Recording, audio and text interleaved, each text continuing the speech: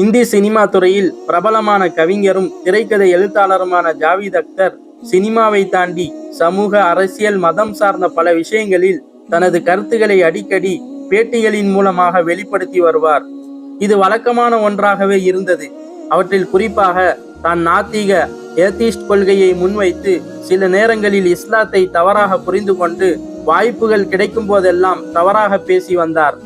முஸ்லிம் பேரை வைத்து கொண்டு முஸ்லிம்களையும் இஸ்லாமிய நம்பிக்கையும் தவறாக சித்தரித்து பேசிய கருத்துக்களை வட இந்தியா ஊடகங்களும் சங்கிகளும் திட்டமிட்டு வைரலாக்கி வந்தார்கள்.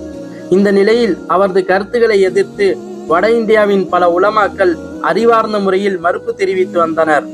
அவர்களில் குறிப்பாக கொல்கத்தாவை சேர்ந்த இஸ்லாமிய அறிஞர் முஃப்தி ஷமாயில் நத்வி அவர்கள் மிக தெளிவாக தர்க்க ரீதியான ஆதாரங்களுடன் கூடிய விளக்கங்களை தொடர்ந்து முன்வைத்து வந்தார். இந்த சூழலில் இந்தியா டுடே குழுமத்தில் பணியாற்றும் வடநாட்டின் பிரபலமான ஊடகவியலாளர் சௌரப் திவேடி முக்கியமான முயற்சியாக ஜாவீத் அக்தர் மற்றும் முஃப்தி ஷமாயில் நத்வி ஆகியோருக்கு இடையே அதிகாரப்பூர்வமான நேரடி விவாதம் ஒன்றை ஏற்பாடு செய்தார். விவாதத்தின் தலைப்பு கடவுள் இருக்கிறாரா?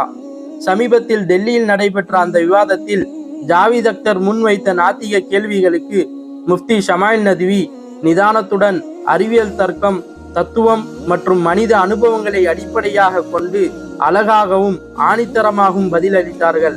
முஃப்தி ஷமாயில் நத்வி எழுப்பிய கேள்விகளுக்கு ஜாவீத் அக்தர் தெளிவான, திருப்திகரமான பதில்களை வழங்க முடியாமல் திணறினார். விவாதத்தின் முடிவில் உண்மையும் தர்க்கமும் மேலோங்க முஃப்தி ஷமாயில் நத்வி அவர்கள் தெளிவான வெற்றியை பெற்றார்.